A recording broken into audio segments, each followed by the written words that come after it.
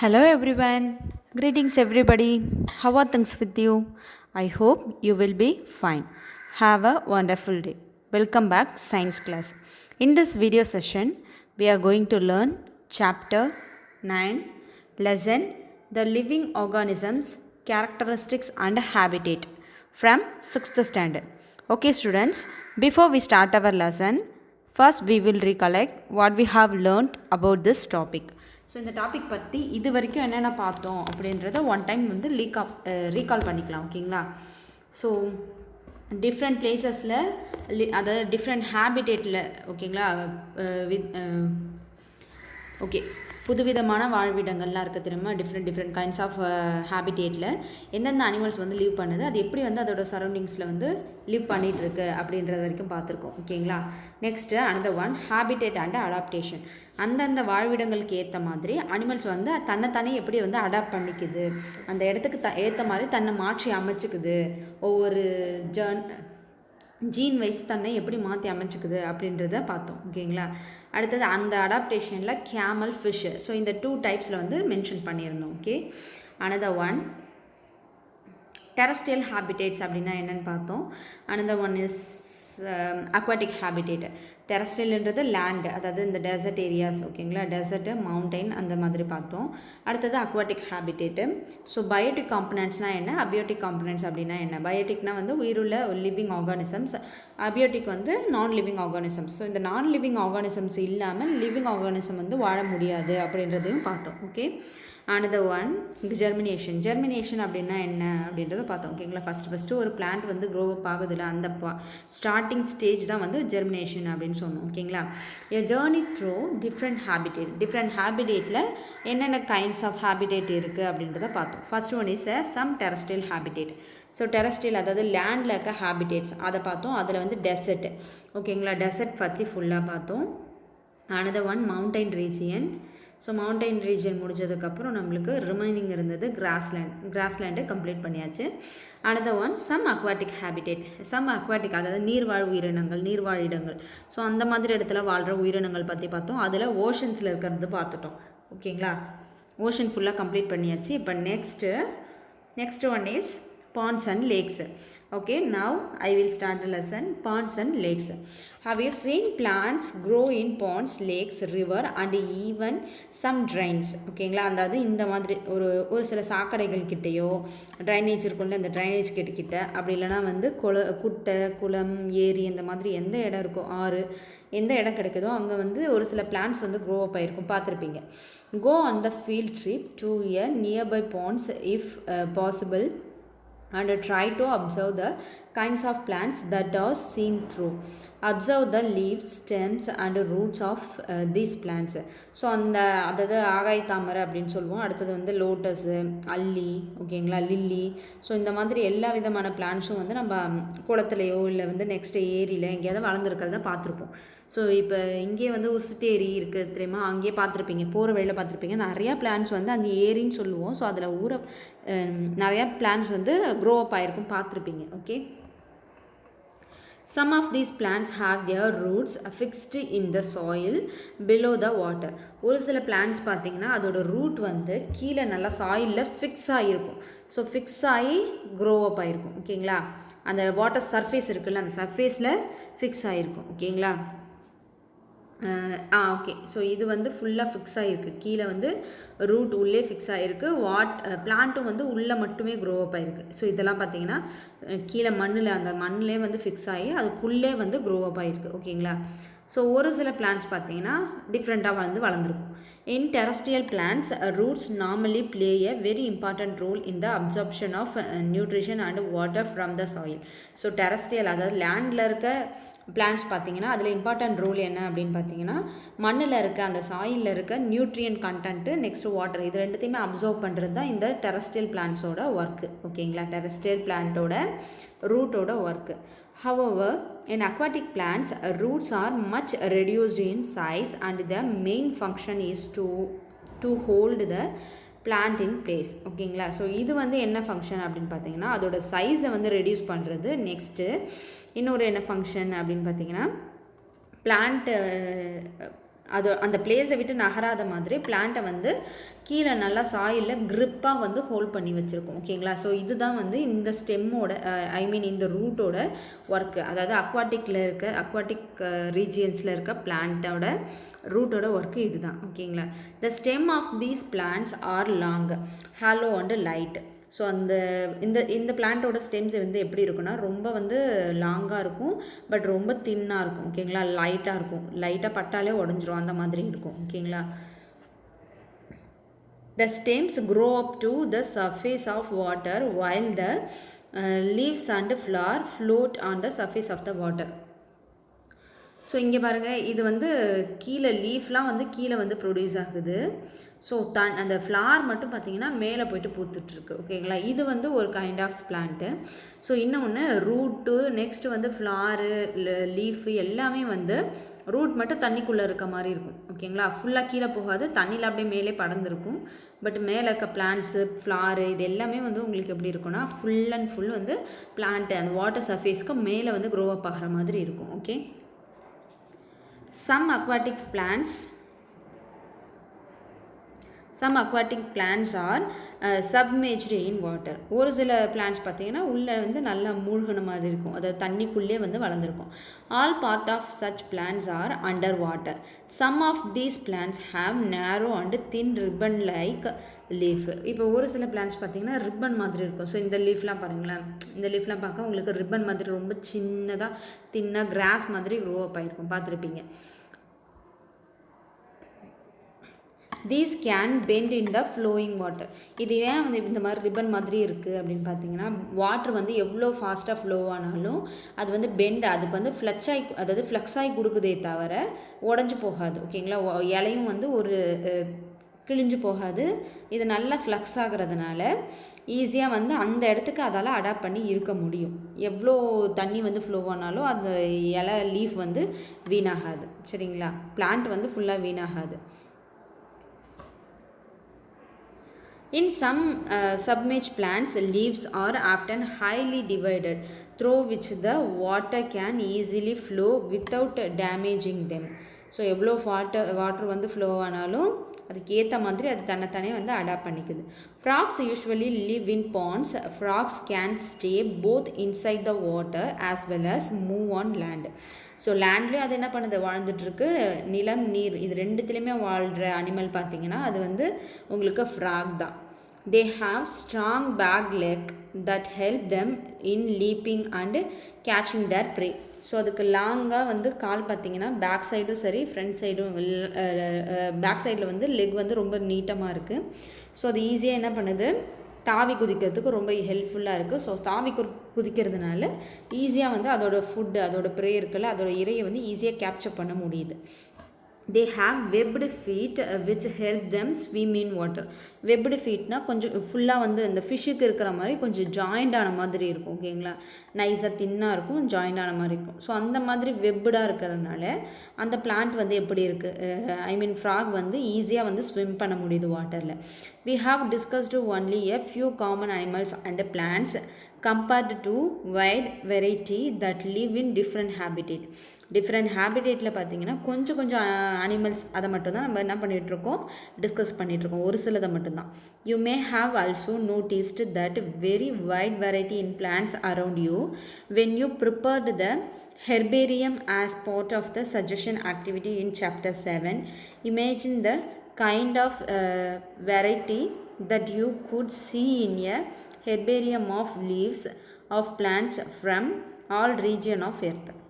Herbarium அப்படின்னா என்னென்னா இதுதான் ஆல்பம் ரெடி பண்ணுறது. ஓகேங்களா? அதாவது பிளான்ட்டோட லீஃபை யூஸ் பண்ணி ஆல்பம் ரெடி பண்ணுறது. ஸோ அதுதான் வந்து ஹெர்பேரியம் அப்படின்னு சொல்லுவோம். ஓகேங்களா? அதாவது ஒவ்வொரு டிஃப்ரெண்ட் கைண்ட் ஆஃப் எர்த்தில் இருக்க டிஃப்ரெண்ட் ரீஜனில் இருக்க பிளான்ட்ஸோட லீஃபை யூஸ் பண்ணி லீஃபை நல்லா ட்ரை பண்ணி அதை பேஸ்ட் பண்ணி ஒரு ஆல்பம் ரெடி பண்ணணும். ஸோ அதுதான் வந்து ஹெர்பேரியம். ஓகே, ஸோ அந்த மாதிரி ரெடி பண்ணி பார்க்கும்போது உங்களுக்கு இன்னும் ரொம்ப ஹெல்ப்ஃபுல்லாக இருக்கும் அப்படின்னு சொல்கிறாங்க. ஓகே, ஸோ ஆல்ரெடி சொல்லியிருந்தால இது சி அனிமல்ஸில் ஸோ இந்த மாதிரி பாருங்கள், கிளாம்ஸ் இருக்குது, கிராப்பு, ஃபிஷ்ஷு, சீலு, அடுத்தது டால்ஃபின், ஷெல்ஸு, அடுத்தது இதில் இருக்க பிளான்ட் பாருங்கள், அந்த சீக்குள்ளே இருக்கிற பிளான்ட்ஸு, சி அனிமல்ஸ் இருக்குல்ல, ஸோ அதில் இருக்க பிளான்ட்ஸு, ஆயிஸ்டர், அடுத்தது ஸ்ட்ரிம்ஃபு, ஸோ இந்த மாதிரி ஆக்டபஸ், கில்லர் வேல், டக்கு, ஸோ இந்த மாதிரி எல்லாமே இருக்குது ஓகேங்களா, டிஃப்ரெண்ட் கைண்ட்ஸில் இருக்கும். திஸ் இஸ் எ பாண்ட் ஓகேங்களா, பாண்ட் அண்டு லேக் இந்த மாதிரி இடத்துல இது வந்து குட்டை மாதிரி இருக்குது. ஸோ இதில் இருக்கிற உங்களுக்கு பிளான்ட்லாம் பார்த்திங்கன்னா கொஞ்சம் டிஃப்ரெண்ட்டாக இருக்கும். ஸோ உள்ளே இருக்கிறது பார்த்திங்கன்னா இந்த லோட்டஸு, அடுத்தது லில்லி. ஸோ இந்த ஃப்ளாரு லீஃபு இதெல்லாம் பார்த்திங்கன்னா மேலே இருக்கும், பட் அதோட வேர் மட்டும் மண்ணில் அடியில் ஊன்றி வளர்ந்துருக்கும் ஓகேங்களா. அடுத்தது இது வந்து reed mace. So reed mace, bur reed, அடுத்தது ஃப்ளாரிங் ரஷ்ஷு ஓகேங்களா, பூ பூக்கிற புல் அது சரிங்களா. ஸோ இது பாருங்கள் நல்லா புதர் மாதிரி வளர்ந்துருக்கு. ஸோ ரெட் கலரில் மேலே வந்து பூ மாதிரி வரும், இதில் நீட்டாக வரும். ஸோ அது நெக்ஸ்ட்டு திஸ் இஸ் ஏ மட் சேட்ஜு, அதாவது இதில் வளர்றது ஓகேங்களா, அதாவது மட்டு சேத்துல வளர்கிற ஒரு சில செடி இனங்கள் அது ஓகேங்களா. இது வந்து yellow flag. So this is one bog bean. இது எல்லாமே வந்து அந்த மட்டில் வளர்கிற சேத்துல வளர்கிற பிளான்ட்டு ஓகேங்களா. ஸோ நெக்ஸ்ட்டு ஸோ இங்கே பாருங்கள் இதில் நல்லா கிளியராக தெரியும் பாருங்கள். ஸோ கீழே லீஃப் வந்து எப்படி இருக்குது பாருங்கள், ரொம்ப அழகாக வளைஞ்சு கொடுக்கும் ஓகேங்களா. ஸோ இந்த மாதிரி ரிப்பன் லைக் அ ரிப்பன் ஓகேங்களா, ரிப்பன் மாதிரியே இருக்கும் இதோட லீஃப் பார்த்திங்கன்னா. ஏன்னா எவ்வளோ வாட்டர் வந்து மூவ் அப் ஆனாலும் இது வந்து எந்த ப்ராப்ளமும் க்ரியேட் ஆகாது இதுக்கு ஓகேங்களா. ஸோ இது வந்து ஆக்சிஜனேட்டராக இருக்குது, இல்லை இருக்கிற பிளான்ட்ஸ்க்கு ஆக்சிஜனேட்டராக வந்து பிஹேவ் பண்ணுது. அடுத்தது டீப் வாட்டர். ஸோ இந்த பிளான்ட் வந்து டீப் வாட்டரில் மட்டும்தான் வந்து க்ரோ அப் ஆகுது ஓகேங்களா. இந்த பிளான்ட் வந்து டீப் வாட்டரில் தான் க்ரோ அப் ஆகுது ஓகே. ஸோ பாதி வந்து உள்ளே இருக்கும், பாதி வந்து வெளியே இருக்கும் ஓகேங்களா. Next another one. ஸோ இது வந்து water lily and floating plant. இது வந்து ரூட் மட்டும் கீழே இருக்கும், பட் அதோட லீஃபு ஸ்டெம் எல்லாமே உள்ளே இருக்கும். லீஃபு ஃப்ளாரிங்கு இது மட்டும் வந்து மேலே இருக்கும், பட் இதில் வந்து ஸ்டெம்மு நெக்ஸ்ட்டு ஃப்ளாரு லீஃப் இது எல்லாமே வந்து வெளியே இருக்கும் ஓகேங்களா. another ஒன் மார்ஜினல், அப்படியே ஃபுல்லாக வெறும் லீஃப் மட்டும்தான் மேலே அப்படியே வளர்ந்துருக்கும். இது வந்து மாய்ஸ்டர் லீவ்ஸ், எனி டைம் வந்து ஈரப்பதமாகவே வச்சுருக்கோம் அந்த லீஃபை. ஸோ இந்த மாதிரி லீஃபு இந்த மாதிரி இருக்கிற ஒரு சில பிளான்ட்ஸ் மட்டும்தான் உங்களுக்கு வந்து பாண்ட்ஸ் அண்ட் லேக், அதாவது அக்வாட்டிக்கில் உங்களுக்கு அக்வாட்டிக் ரீஜியனில் க்ரோ அப் ஆகிற பிளான்ட்ஸு இதுதான் ஓகேங்களா. Okay next another one characteristics of organisms. So ஒரு சில ஆர்கானிசம்ஸோட ஃபியூச்சர்ஸ் பற்றி பார்க்க போகிறோம் ஓகேங்களா. அதுக்கு ஒரு சில தகுதிகள்னு இருக்கும் தெரியுமா. ஸோ அது ஆர்கானிசம்ஸ்னால் இப்படி தான் உயிருள்ள ஒரு விலங்குகள், உயிருள்ள அனிமல்ஸ் அப்படின்னா இந்த ஒரு சில கெப்பாசிட்டி வந்து அதுக்கு இருக்கணும் அப்படின்றத நம்ம மென்ஷன் பண்ணுவோம் ஓகேங்களா. ஸோ அதுதான் வந்து characteristics of organisms. We went on journey through different habitat and discussed many plants and animals. In activity 1, we listed object, plants and animals found in different surroundings. Suppose we stop here while and think which examples in our list are living. Let us think of example of forest. Forest is here, another one is a living things. Tree, creepers, small and big animals, birds, snakes, insect, rock, soil, water, air, dry leaf, dead animals, mushroom and moss. Maybe only some of the objects that are present in the forest. இந்த மாதிரி இருக்க objects எல்லாமே உங்களுக்கு ஃபாரஸ்ட்டில் present ஆகிருக்கும். But அதில் ஒரு சில objects பார்த்திங்கன்னா உங்களுக்கு வந்து என்னவாக இருக்குது, லிவிங் ஆர்கானிசம்ஸாக இருக்குது, ஒரு சிலது நான் லிவிங்காக இருக்குது ஓகேங்களா. ஒரு சிலது வந்து லிவிங்கில் இருக்கும், another ஒன் இஸ் வந்து நான் லிவிங்கில் இருக்குது. ஸோ அதுக்கான ஏன் வந்து லிவிங் நான் லிவிங் அப்படின்ட்டு செப்பரேட் பண்ணுறோம், அதுக்கான கேரக்டரிஸ்டிக்ஸ் என்ன அப்படின்றத பார்ப்போம் okay. Things of object that you can see around you at this moment and group them as living and non-living. In some cases it is easy for us to know. ஒரு சில கேசஸில் பார்த்தீங்கன்னா ஒரு சில பிளான்ஸை நம்மளால் என்ன பண்ண முடியும், ஈஸியாக வந்து ஐடென்டிஃபை பண்ணிட முடியும்.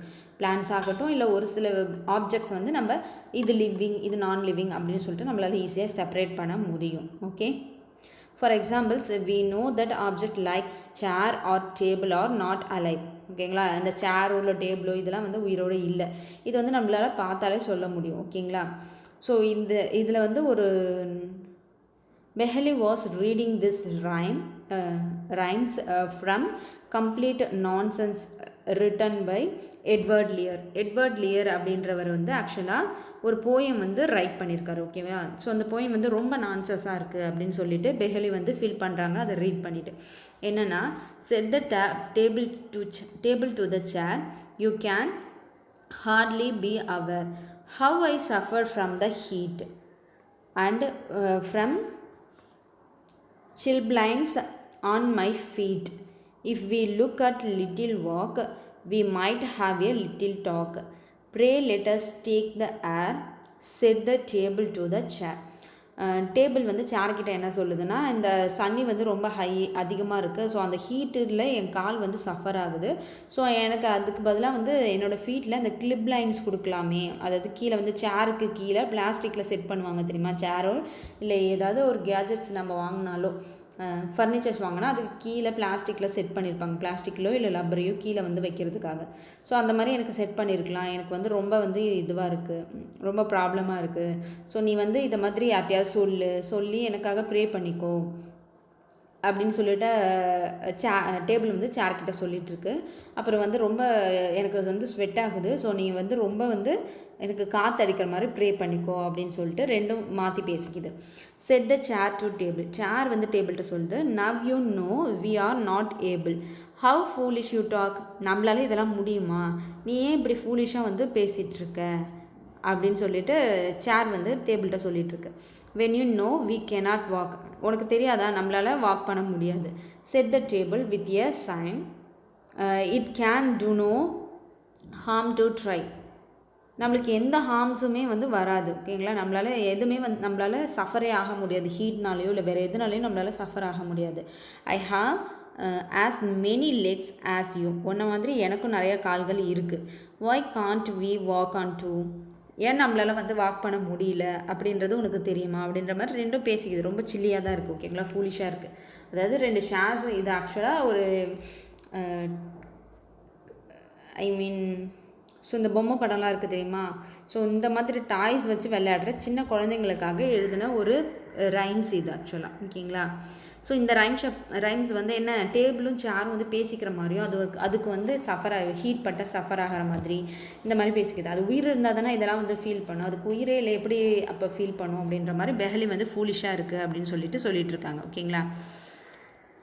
பெஹலி அண்ட் பூஜோ found the poem very funny because they know that the chair or a table is not alive and it cannot talk or walk. ஓகேங்களா? ஸோ என்ன பண்ண முடியாது, சேர் டேபிள் அது எல்லாமே வந்து உங்களுக்கு நான் லிவிங் திங்ஸ். அதால் வந்து என்ன பண்ண முடியாது, நடக்கவோ மூவ் பண்ணவோ முடியாது. ஓகேங்களா?